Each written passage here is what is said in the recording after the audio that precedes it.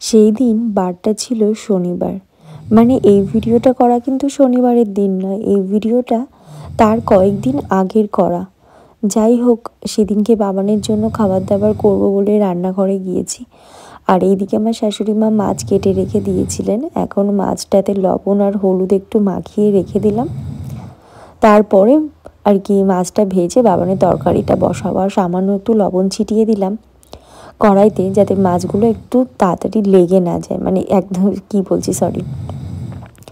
একদমই লেগে না যায়। এরকম উল্টো পাল্টে নিলে না মাছগুলো বেঁকে যায় না, তাও মাঝে মধ্যে আবার বেঁকে যায়। জ্যান্ত মাছ হলে তো একদমই বেঁকে যায়, এটা জ্যান্ত মাছই ছিল, কিন্তু বারবার করে একটু সামান্য তেলে নাড়াচাড়া দিয়ে নিলে আর কি বেঁকে না। তো কিছু কিছু মাছ আবার যায়, যাই হোক ওটা বাদ দিলাম। তো এবার বলি আর কি, এর আগে আমি কিছুটা শর্ট ভিডিও পোস্ট করেছিলাম, তোমরা দেখেছো যে শনিবার দিনে একটা ঘটনা হয়েছিল। তো হয়েছে কি, এবার আমি তোমাদেরকে ডিটেলসে বলি। শনিবারের দিনকে ছিল আর কি একাদশীর দিন। সেদিনকে আমার শাশুড়ি মা শ্বশুরমশাই দুজনাই একাদশী করেছিলেন। ওনারা কেউই আগুনের ছোঁয়া কোনো খাবারই খাবেন না। যথারীতি আমি রান্নাঘরে গিয়েছি, যে কি খাবার করব সেইটাই ভাবছি রান্নাঘরে গিয়ে। তারপর ভাবলাম যে একটু সয়াবিনের তরকারি করি আর বিট ভাজা। যাই হোক, সবজি টবজি কাটছি, তখন আমার বাবান ঘরেই ছিল। আর আমার একটা দেওর আছে ছোট্ট, মামা শ্বশুরের ছেলে। ও যেহেতু শনিবার রবিবার ওর স্কুল ছুটি থাকে, ও সেই সময় আমাদের বাড়িতেই থাকে। আর বাবানকে নিয়ে বাইরে খেলা করছিল।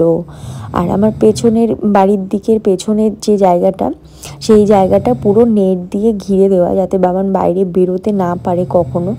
আর সামনের দিকের গেটটা তো আমি কখনোই খুলি না। পেছন দিকের গেটটা আমরা যখন বাইরে কাজ করি তখন ছাড়া আদারওয়াইজ কোনো টাইমে আমি গেটটা কখনোই দুপাশে কোনো গেটই খোলা রাখি না, যেহেতু বাবান বাইরে বেরিয়ে যায়।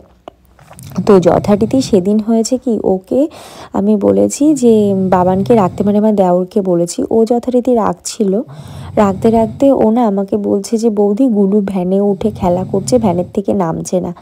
তো ওকে আমি বলি যে ঠিক আছে, তুই দেখ একটু সামান্য নামিয়ে ভুলিয়ে ভালিয়ে নামাতে পারিস নাকি, নামিয়ে নিয়ে তাহলে তুই একটু যা, গিয়ে একটু ঘুরে নিয়ে আয়। ও করেছে কি, রাস্তার দিকে আমি যেতে বলেছি, আমাদের মানে মেন রাস্তার থেকে বাড়িটা একটু ভেতরের দিকে। তো ওকে আমি বলেছি রাস্তার দিক থেকে একটু ঘুরিয়ে নিয়ে আয়। তো যথারীতি ও গিয়েছে। এবার আমি জানি আমাদের মানে মেন যে রাস্তাতে উঠতে হয়, ওই পাশে যে একটা বাড়ি আছে, ওই বাড়িটা পর্যন্তই ওরা হার্ডলি যেতে পারে, তার উপরে যায় না। কিছুক্ষণ পর আমার শ্বশুরমশাই এসে বলছেন যে মা, দাদাকে তো দেখতে পাচ্ছি না, দাদা কোথায়, দাদা কোথায়? আমি বলছি ওর কাকার সাথে আছে। তখনও যে ওরা চলে গিয়েছে আমি জানি না। তো এরকম করে খানিকক্ষণ পরে ওর দাদু আবার এসে আমাকে বলল। তখন আমি রান্না আমার তখন বসানোই রয়েছে। তখন আমি তড়িঘড়ি করে বাইরে গিয়েছি। বাইরে গিয়ে দেখি যে না, ওরা কেউই নেই সেখানে উপস্থিত। তখন তো আমি ও দাদু মানে দুজনা বাড়িতে ছিলাম, ওর বাবা তো গিয়েছে অফিসে। দুজনা মিলে খোঁজাখুঁজি আরম্ভ করে দিয়েছি, কোথাও নেই। মানে বাবান বাবান করে ডাকতে ডাকতে মানে গলা ফেটে গেছে। ও দাদু তো পুরো পাকা রাস্তা ছাড়িয়ে চলে গিয়েছে আরও কত দূর, কিন্তু কোথাও গিয়ে ওদেরকে পাওয়া যাচ্ছে না। মানে আমার ওই মুহূর্তটাতে আমার যে কী অবস্থা হয়েছিল, সে হয়তো আমি কাউকে বলে বোঝাতে পারবো না যে আমার ওই মুহূর্তটাতে আমার কী অবস্থায় মধ্যে দিয়ে আমি গিয়েছি। আমি বাড়িতে যেই অবস্থায় ছিলাম সেই অবস্থাতেই মানে বেরিয়ে গিয়েছি। মানে বাড়িতে এমনি সামান্য যে অত দূর আমি যাব আমি বুঝতে পারিনি। বাড়িতে যে ড্রেস আপে ছিলাম আমি সেই অবস্থা, আমার মাথায় তখন ওইসব আর কিছু কাজ করছে না যে আমার কি পরা আছে, কি ছেঁড়া নাইটি না কি ভালো জামা কাপড় না কি। যেহেতু আমি রাস্তার দিকে আমি নাইটি পরে কখনোই যাই না, আমি শাড়ি ছাড়া বা চুড়িদার ছাড়া আমি মেন রাস্তার দিকে আমি যাই না, কারণ আমার এটা ভালো লাগে না। তো সেদিনকে আমি নাইটি পরেছি, বাড়িতে যেই অবস্থায় রয়েছে আমি সেই অবস্থাতেই বেরিয়ে গিয়েছি। গিয়ে আমি তো এদিক ওদিক খোঁজাখুঁজি করছি। ওরা আমাকে বলছে তোমাদের বাড়ির ওই পিছন দিকটার থেকে দেখো, ওই দিকটা তো যেতে পারে। আমি বলছি না, ওই দিকে আমার পুরো গেট দেওয়া রয়েছে, ওই দিক থেকে বেরোনোর কোনো জায়গাই নেই ওর, যেহেতু পুরোটাই আমার ঘিরে দেওয়া। তো তারপরে গিয়ে আবার বাড়ির পিছনের দিকে গেছি যে ওই দিক থেকে বেরিয়ে গেছে কিনা। এবার ওর কাকার কাছে রয়েছে, যেহেতু ওর কাকা না যথেষ্ট দায়িত্ব সহকারে রাখে ওকে, কিন্তু আমার বাবান যেহেতু প্রচণ্ড পরিমাণ দুষ্টু, সেই জন্য আমার মাঝে মধ্যে একটু ভয়ও লাগছিল। আবার প্রায় তোমার 10 থেকে 15 মিনিট আমরা খোঁজাখুঁজি করেছি, তাও ওকে পাইনি। তারপরে গিয়ে আমি আমার বাবাকে কল করেছি যে এরকম বাবানকে আর ওর কাকাকে পাওয়া যাচ্ছে না, তুমি তাড়াতাড়ি বাড়ি আসো। তারপরে মামিকে ফোন করে বলেছি যে ওরা কি বাড়িতে গিয়েছে?